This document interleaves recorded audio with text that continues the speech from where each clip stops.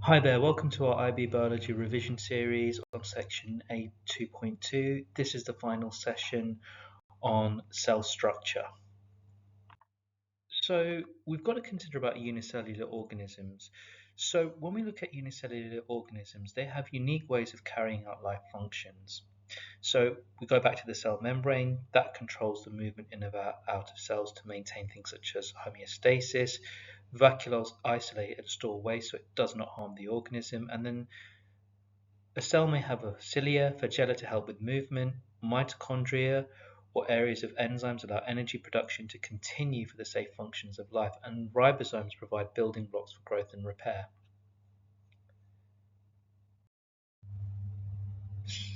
So we've explained about eukaryotic and prokaryotic cells, plant cells and animal cells, but even further, eukaryotic cells can be divided obviously into three types. They can be divided into plant cells and animal cells, but also fungal cells as well. And the diagram shown on the right hand side is of a yeast cell. So, differences between plant, animal and fungal cells. The exterior of the outer cell wall in a plant cell consists of cellulose, which has a plasma membrane inside. Chloroplasts are present in the cytoplasm, which enables the production of carbohydrates. Now, it has a large vacuole, which is for the storage of carbohydrates, and carbohydrates are stored as starch. They do not have cilia, flagella, or basal bodies, and it has a rigid cell walls that is fixed. It possesses centriomes but no centrioles. Now, with an animal cells have a plasma membrane. There is no cell wall, no chloroplasts for carbohydrate production. If vacuoles exist, they are generally small. Carbohydrates are stored as glycogen. Some animal cells may have cilia or flagella associated with basal bodies. Now, because there's no cell wall, the cell is flexible and is likely to be rounded in shape, and it has both centriomes and centrioles. With fungal cells, this has an outer cell wall composed of chitin. There are no chloroplasts for carbohydrate production. Vacuoles are small with many unique functions. Carbohydrates are stored as glycogen. They may have cilia or flagella, but are not associated with basal bodies. The cell wall has a degree of flexibility which supports the cell, and the cell shape may vary. And another difference is that it possesses centriomes but no centrioles. So we've got this term atypical eukaryotes. Now, some eukaryotes are unique or atypical, and this allows them to carry out specialized functions.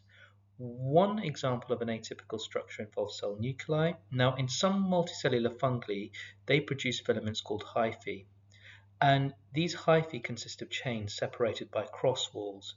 They have pores, which allow various organelles and cytoplasm to flow from cell to cell. And on the right hand side is a diagram of a hyphae illustrating that point. So the phloem sieve tube elements have a specialized function allowing transportation within the multicellular plant. One of the key things is that they're connected from end to end forming structures, and these can only remain alive with the help of companion cells which maintain a close connection with the sieve tube elements. And on the right hand side is a diagram that illustrates the phloem sieve tube elements along with the companion cells. So other atypical eukaryotes can include nerve cells. These are long and thin with branch connections at each end to transmit electrical impulses. Sperm cells consist of many mitochondria and a tail allowing movement. And with the head, it has a tip capable of producing an enzyme that facilitates penetration of an egg cell. Now, cells in the tubes of the lungs are basically made of tiny hairs called cilia on their exterior to help mucus move up the airways. So, electron micrograph skill related to the application skills. So you should be able to identify cells in light and electron micrographs as prokaryote, plant or animal. You should be able to identify these structures, so the nucleoid region, the prokaryotic cell wall, the nucleus, the mitochondria, the chloroplast, the sap vacuole, the Golgi apparatus, the rough and smooth endoplasmic reticulum, chromosomes, ribosomes, cell wall, plasma membrane, and microvilli. So, drawing and annotations based on electron micrograph. So this is a kind of another application of skills that you need to consider and be able to do. So you should be able to draw and annotate organelles, not limited to the nucleus, the mitochondria, chloroplast, sap vacuole, Golgi apparatus, rough and smooth endoplasmic reticulum, and chromosome. Other functions that you have to identify as well have to be the cell wall, the plasma membrane, secretory vesicles, and the microvilli, as identified in electron micrographs. You also need to note down the function in the annotations. And below shows a typical diagram of what you would be expected to draw. So, you need to be aware of the origin of eukaryotic cells. You should be able to recognize the strength of a theory comes from observations and the predictions that it supports. Now, a wide range of observations are accounted for example, by the theory of endosymbiosis. So when we talk about the origin of eukaryotic cells, we can talk about the evidence for the endosymbiotic theory. So 2 million years ago, a larger cell that had a nucleus was capable of sexual reproduction and engulfed a smaller prokaryotic cell that could produce energy. The two cells developed a beneficial symbiotic relationship, forming a single organism.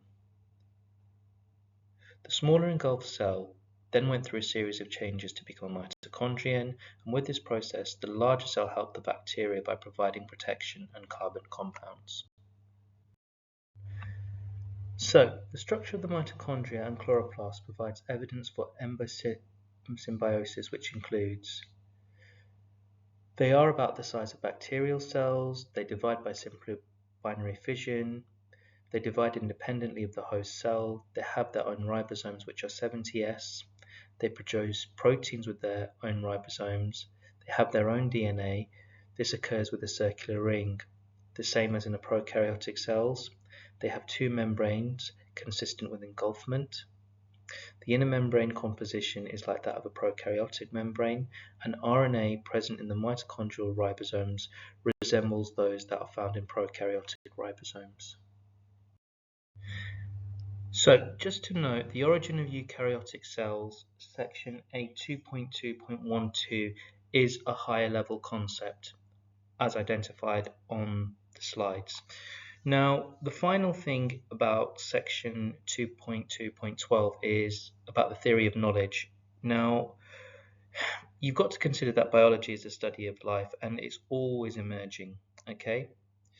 So what are the things is how do scientists decipher between different theories? How do scientists look at the systems involved to form a larger picture in the formation of a total organism? And these are some of the concepts that are still widely considered today. So cell differentiation. Cells differentiate in a multicellular organism and can develop via different pathways. This is through gene expression between cells, and housekeeping genes are expressed in all cells as they are needed in processes such as respiration. Chemical signals identify which genes are expressed and how they differentiate. So tissues develop as a group of cells that receive the same signal. They develop the same structure and carry out the same function. Cells within a tissue interact with each other and utilize membrane proteins for cell-to-cell adhesion, which maintains the integrity of the tissue. So, multicellularity evolved independently more than once in the origin of plants and once in animals. Now, some advantages of being multicellular include that the lifespan of an organism can be longer, because one of the things is the death of one cell does not prevent the continued survival of another individual. Larger body size, so plants will keep competing to light, and also animals that are predators as well. And cell differentiation. Cells carry out their functions in a better way, and therefore more complex body systems can develop. Thank you very much for listening to this IB Biology revision series on section A2.2. We will be posting more videos on a wide range of topics in our IB Biology revision series.